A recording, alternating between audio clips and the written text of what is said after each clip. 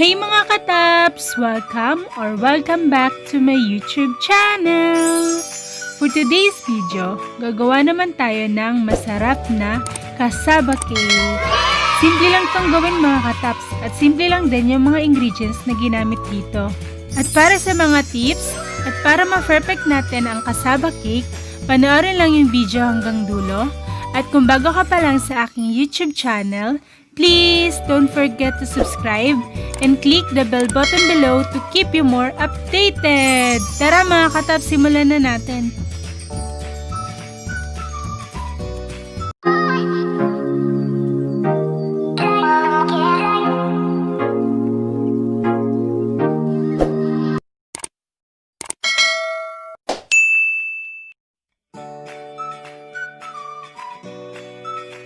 Para sa ating cassava cake, gagamit lang ako ng kamoteng kahoy. Yan. Bali, 1 kilo yung ginamit kong kamoteng kahoy. Tapos, babalatan muna natin to. Mag-ingat lang mga katap sa pagbalat dahil makapal yung balat ng ating kamoteng kahoy. Pagkatapos naman, papaliguan na natin siya. Joke lang! Syempre, huhugasan na natin yung ating kamoteng kahoy. Yan. Hanggang sa maging maputi na siya.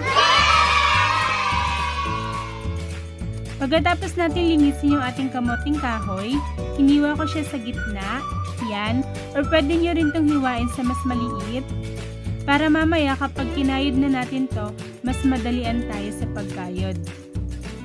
Yan.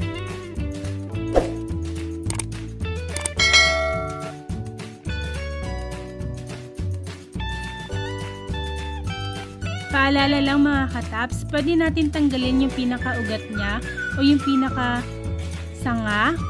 Yan. Para mamaya kapag kinayod na natin yung ating kamoteng kahoy, hindi ito maging mas mapait. Yan. Ayan yung dapat natin tanggalin sa ating kamoteng kahoy bago natin to kayurin. Next naman, kakayurin na natin yung ating kamoteng kahoy. Dahan-dahan lang sa pagkayod mga kataps para hindi tayo masugatan. Yan. At para sa ating complete ingredients, ilalagay ko po ito sa dulo ng video kasama ng ating pa-shoutout. Yan no. Kayod lang tayo mga kataps. Ayan, bali sa pagkayod lang ng ating kamoteng kahoy, diyan tayo medyo matcha-challenge. Yan. At lalabas talaga yung ating lakas. Yan. Kayod pa more.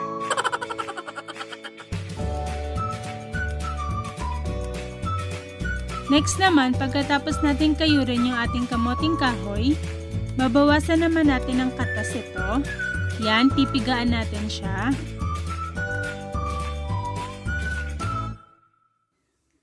Yan. Ganyan. Pipigaan natin to para mabawasan yung pinakakatas ng ating kamoteng kahoy para hindi to magdulot ng pait dun sa ating cassava cake. Yan, ganyan.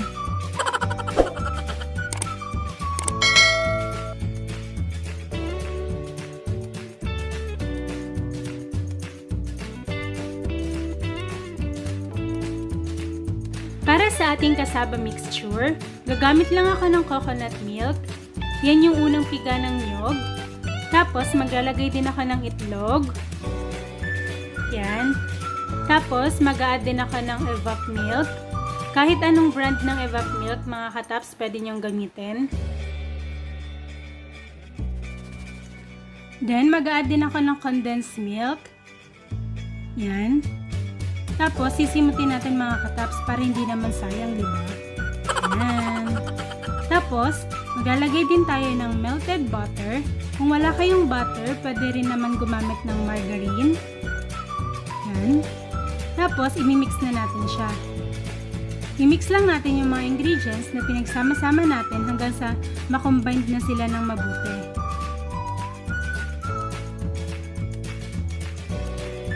Haluin lang natin ng mabuti mga kataps. Yan. Pagkatapos, pwede na nating ilagay yung ating grated cassava. Combine na natin sila. Yan. Sasamahin lang natin yung mga ingredients.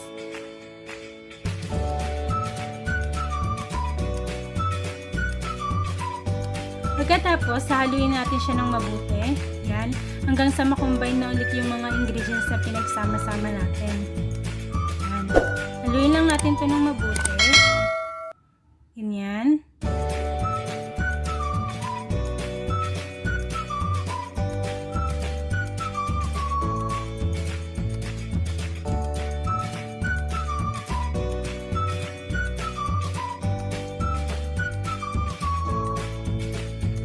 Bali, mag-add din pala ako ng asukal.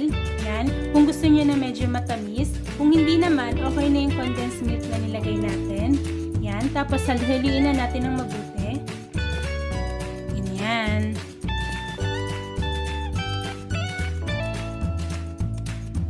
Naglagay lang ako ng konting oil or pwede rin naman butter sa ating baking pan para hindi dumikit yung ating cassava cake mamaya kapag naluto na siya. At ilagay na natin yung ating cassava mixture sa ating baking pan. Yan. Tapos, medyo i-flat lang natin ng konti. Yan. Tapos, igdagan ulit natin. Yan. Bali, ilalagay na natin yung ating cassava mixture sa ating baking pan. At i-bake na natin to ng ilang minuto.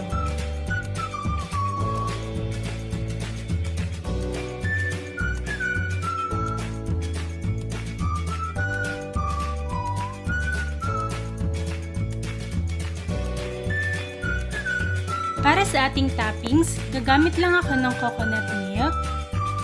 Yan. Tapos, mag-a-add din ako ng condensed milk. Yan. Sisimutin lang natin para hindi sayang.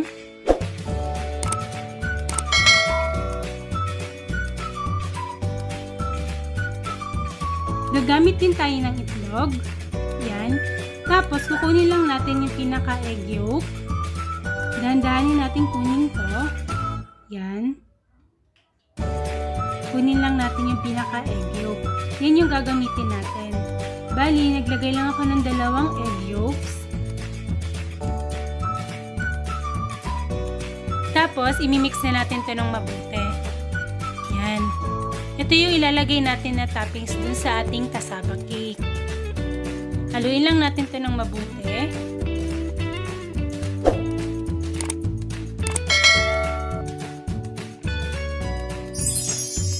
After maluto ng ating cassava cake, yan, pwede na nating ilagay yung toppings niya. Ikalat lang natin to sa ibabaw.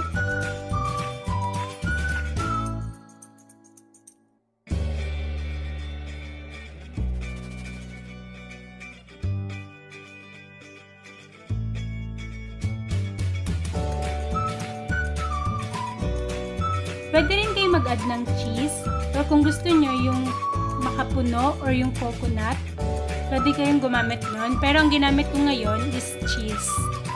Ayan. Tapos, ibibake ulit natin to ng ilang minuto.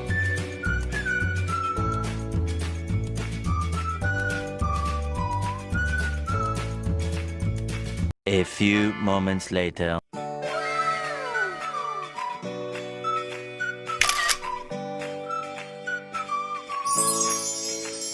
Ito na ang ating cassava cake.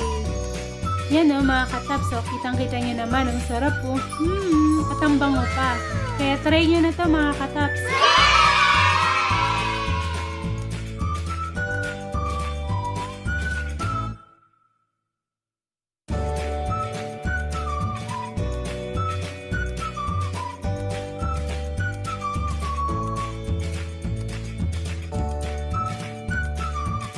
Shoutout po para kina Mary Christine Famini, Aris Janmina, and Rainer Ramirez. Thank you for watching mga kataps! Please don't forget to like, share, and subscribe. See you in my next video. Bye-bye!